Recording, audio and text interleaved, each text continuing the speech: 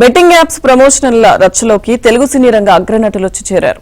ఈ మేరకు సినీ నటులు బాలకృష్ణ, ప్రభాస్, గోపీచంద్ పై సైబర్ క్రైమ్ విభాగానికి ఆన్లైన్లో న్యాయవాది ఇమినేని రామారావు ఫిర్యాదు చేశారు. Nandamuri Balakrishna, Tottempudi Gopichand, Uppalapati Venkata Suryanarayanaraju alias Prabhas Chinese betting app అయిన Fun88 ను ప్రమోట్ చేశారని ఫిర్యాదులో పేర్కొన్నారు. యాప్ నిర్వాహకులు మ్యూల్ ఖాతాల ద్వారా కోట్లాది రూపాయలను చైనాకు తరలించారని వివరించారు. దేశ భద్రతకే సవాల్గా మారిన Fun88 betting app Google play స్టోర్లో అందుబాటులోనే ఉందని, దాన్ని వెంటనే బ్లాక్ చేయాలని రామారావు కోరారు.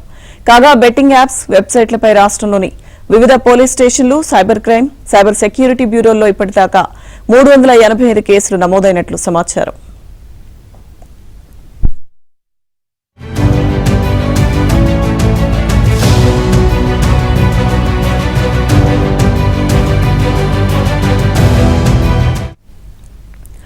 అయితే బెట్టింగ్ యాప్స్ ప్రమోషన్లలో పాల్గొన్న వారికి నోటీసులు ఇచ్చి విచారించడానికి ముందు భిన్న కోణాల్లో దర్యాప్తు చేపట్టాలని ఉన్నతాధికారుల నుంచి స్టేషన్ హౌస్ ఆఫీసర్లకు ఆదేశాలు అందినట్టు తెలుస్తోంది.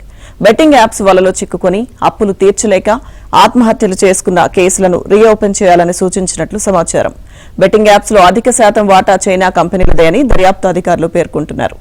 ఆన్లైన్ గేమింగ్ ప్లాట్ఫామ్ కు సంబంధించి ప్రభుత్వ అనుమతులున్న భారతీయ కంపెనీలు 28% జీఎస్టీ చెల్లించాల్సి ఉంటుంది.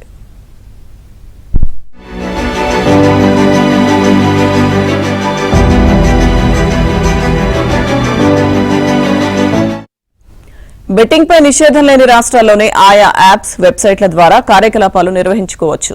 కానీ చాలా సంస్థలు ఆ నిబంధనలు పాటించడం లేదు. జీఎస్టీ చెల్లించని గేమింగ్ యాప్స్ సంస్థలపై ఇటీవల జీఎస్టీ ట్యాక్స్ ఇంటెలిజెన్స్ అధికారులు కొరడా జడిపించారు. 357 వెబ్సైట్లను బ్లాక్ చేయడంతో పాటు బ్యాంకు ఖాతాలను ఫ్రీజ్ చేశారు. మరోవైపు రాష్ట్రంలో జియో ఫెన్సింగ్ టెక్నాలజీ ద్వారా బెట్టింగ్ సైట్లు యాక్సెస్ కాకుండా అడ్డుకోవడానికి సైబర్ సెక్యూరిటీ బ్యూరో అధికారులు ప్రయత్నిస్తున్నారు. ఇప్పటి వరకు 108 అక్రమ బెట్టింగ్ వెబ్సైట్లను బ్లాక్ చేయడంతో పాటు 133 భారతీయ బెట్టింగ్ ప్లాట్ఫామ్ సంస్థలకు నోటీసులు జారీ చేశారు.